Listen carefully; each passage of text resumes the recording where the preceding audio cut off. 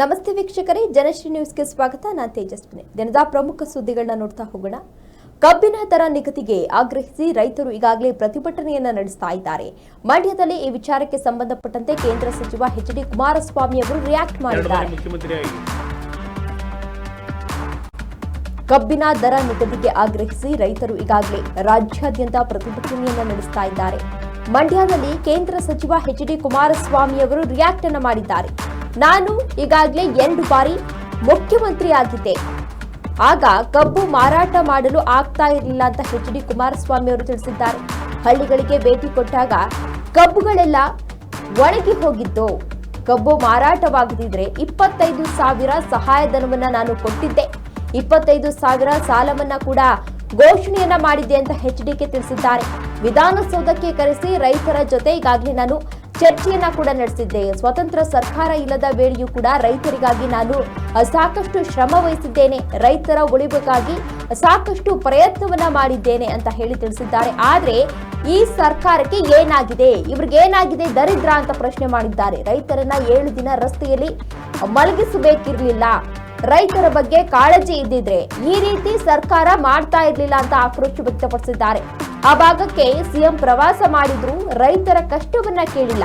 ಮಂಡ್ಯದಲ್ಲಿ ಮಾಜಿ CM H D. Kumaraswamy ಅವರು ಇದೀಗ ಸರ್ಕಾರದ ವಿರುದ್ಧ ಸಾಕಷ್ಟು ಆಕ್ರೋಶವನ್ನ ವ್ಯಕ್ತಪಡಿಸ್ತಾ ಇದ್ದಾರೆ. ಅಂದ್ರೆ ಸತತ 7 ದಿನಗಳಿಂದಲೂ ಕೂಡ ರೈತರು ಈಗಾಗಲೇ ಸಾಕಷ್ಟು ಹೋರಾಟವನ್ನು ನಡೆಸ್ತಾ ಇದ್ದಾರೆ, ಪ್ರತಿಭಟನೆಯನ್ನ ನಡೆಸ್ತಾ ಇದ್ದಾರೆ. ಅಂದ್ರೆ 1 ಟನ್ ಕಬ್ಬಿಗೆ 3,500 ರೂಪಾಯಿ ಬೆಂಬಲ ಬೆಲೆಯನ್ನ ನಿಗದಿ ಮಾಡಬೇಕು ಅಂತ ಆಗ್ರಹಿಸಿ ರೈತರು ಈಗಾಗಲೇ ಸಾಕಷ್ಟು ಹೋರಾಟವನ್ನ ಮಾಡ್ತಾ ಇದ್ದಾರೆ. ಅದೇ ವಿಚಾರಕ್ಕೆ ಸಂಬಂಧಪಟ್ಟಂತೆ ಈಗಾಗಲೇ ಸಾಕಷ್ಟು ಸೆಲೆಬ್ರಿಟಿಗಳು ಕೂಡ ಸಾಥನ್ನ ನೀಡಿದ್ರು, ಸಾಕಷ್ಟು ವಿದ್ಯಾರ್ಥಿಗಳು ಕೂಡ ಈಗಾಗಲೇ ಸಾಥನ್ನ ನೀಡಿದ್ರು ರೈತರ ಪ್ರತಿಭಟನೆಗೆ. ಇದೀಗ ಎಚ್.ಡಿ. ಕುಮಾರಸ್ವಾಮಿಯವರು ರಿಯಾಕ್ಟ್ ಮಾಡಿ ಕಾಂಗ್ರೆಸ್ ಸರ್ಕಾರದ ವಿರುದ್ಧ ಸಾಕಷ್ಟು ಆಕ್ರೋಶವನ್ನ ವ್ಯಕ್ತಪಡಿಸಿದ್ದಾರೆ. ಅಂದ್ರೆ ಅವರು ಮುಖ್ಯಮಂತ್ರಿ ಆಗಿದ್ದಂತಹ ಸಂದರ್ಭದಲ್ಲಿ ಯಾವ ರೀತಿ ಕೊಡುಗೆಯನ್ನ ನೀಡಿದ್ದಾರೆ ಅನ್ನೋದನ್ನ ಇಲ್ಲಿ ಪ್ರಸ್ತಾಪ ಮಾಡಿ ರಾಜ್ಯ ಸರ್ಕಾರಕ್ಕೆ ಆಕ್ರೋಶವನ್ನ ವ್ಯಕ್ತಪಡಿಸಿದ್ದಾರೆ. ರಾಜ್ಯ ಸರ್ಕಾರದ ವಿರುದ್ಧ ನಾನು ಈಗಾಗಲೇ 2 ಬಾರಿ ಮುಖ್ಯಮಂತ್ರಿ ಆಗಿದ್ದೆ, ಆಗ ಕಬ್ಬು ಮಾರಾಟ ಆಗ್ತಾ ಇರಲಿಲ್ಲ, ಅಂತಹ ಸಂದರ್ಭದಲ್ಲಿ ಕಬ್ಬುಗಳೆಲ್ಲ ಒಣಗಿ ಹೋಗ್ತಾ ಇದ್ದೋ, ಆಗ ನಾನು 25,000 ರೂಪಾಯಿಯನ್ನ ನೀಡಿದ್ದೆ, ಜೊತೆಗೆ 25,000 ರೂಪಾಯಿ ರೈತರ ಸಾಲ ಏನಿತ್ತು ಅದನ್ನು ಕೂಡ ಮನ್ನಾ ಮಾಡಿದ್ದೆ. ಈ ಸರ್ಕಾರ ಏನ್ ಮಾಡ್ತಾ ಇದೆ ಅನ್ನೋದು ನಿಜವಾಗ್ಲೂ ಕೂಡ ನನಗೆ ಗೊತ್ತಾಗ್ತಾ ಇಲ್ಲ ಅಂತ ಹೇಳಿ ಸರ್ಕಾರದ ವಿರುದ್ಧ ಎಚ್.ಡಿ. ಕುಮಾರಸ್ವಾಮಿ ಅವರು ಆಕ್ರೋಶವನ್ನು ವ್ಯಕ್ತಪಡಿಸಿದ್ದಾರೆ.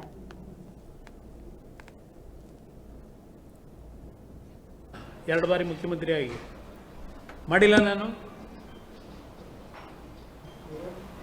ಎಲ್ಲದಕ್ಕೂ ಕೇಂದ್ರ ಸರ್ಕಾರ ಜವಾಬ್ದಾರಿ ಹೇಳೋರೆ. FRPನ ಮಿನಿಮಮ್ಮು 3,500 ರೂಪಾಯಿನಿಂದ 4,500 ಹೇಳಿದ್ದಾರೆ. ಕೇಂದ್ರ ಸರ್ಕಾರ ನಿಗದಿ ಮಾಡಿದ್ದಾರೆ ಯಾವ ರೇಟ್ ಕೊಡಬೇಕು ಕಾರ್ಖಾನೆ ಮಾಲೀಕರು ಅಂತೇಳಿ. ನಿಮ್ಮ ಜವಾಬ್ದಾರಿ ಇಲ್ಲಿ ಮಾಡಬೇಕಾದ್ರೆ ಈಗ ಕಾರ್ಖಾನೆ ಮಾಲೀಕರನ್ನು ಕರೆದು ಅವರಿಗೆ ಯಾವ ಇದರಲ್ಲಿ ಹೇಳಿ ವಸೂಲಿ ಮಾಡಿಸ್ಬೇಕು. ಅದರಲ್ಲಿ ಸಂಶಯನೇ ಇಲ್ಲ. ಪ್ರತಿಯೊಂದಕ್ಕೂ ಕೇಂದ್ರ ಸರ್ಕಾರ ಅಂತಾರೆ, ಪ್ರತಿಯೊಂದಕ್ಕೂ. ನಾನು 2 ಬಾರಿ ಮುಖ್ಯಮಂತ್ರಿ ಆದೆ. 1 ಬಾರಿ ಕೇಂದ್ರದ ಕಾಂಗ್ರೆಸ್ ಸರ್ಕಾರ ಇದ್ದಾಗ BJP ಜೊತೆ ಮಾಡಿದ್ದೀನಿ, ಇನ್ನೊಂದು ಬಾರಿ ಕಾಂಗ್ರೆಸ್ ಜೊತೆ ಸೇರಿ BJP ಸರ್ಕಾರ ಇದ್ದಾಗ ಮಾಡಿದ್ದೀನಿ. 25,000 ಕೋಟಿ ರೈತರ ಸಾಲ ಮನ್ನಾ ಮಾಡಿದಾಗ ನರೇಂದ್ರ ಮೋದಿ ಅವ್ರ ಹತ್ರಕ್ಕೆ ಹೋದ್ನ ನಾನು. 25,000 ರೈತರ ಸಾಲ ಮನ್ನಾ ಮಾಡಿದ್ದೀನಿ, ಕೊಟ್ಟು ದಯವಿಟ್ಟು ದುಡ್ಡು ಕೊಡಿ ಅಂತ ಹೋಗಿದ್ನ.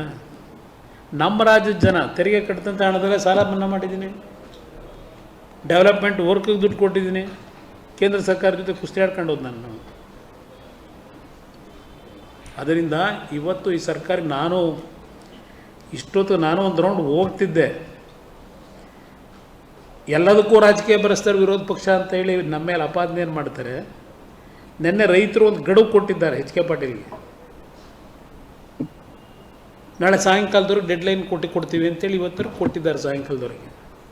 ನೋಡೋಣ ಈ ಸರ್ಕಾರ ಏನು ತೀರ್ಮಾನ ಮಾಡ್ತಾರೆ ಅಂತ ನಾನು ತುಡುಕ್ದೆ ಕಾಯ್ತಾ ಇದ್ದೇನೆ.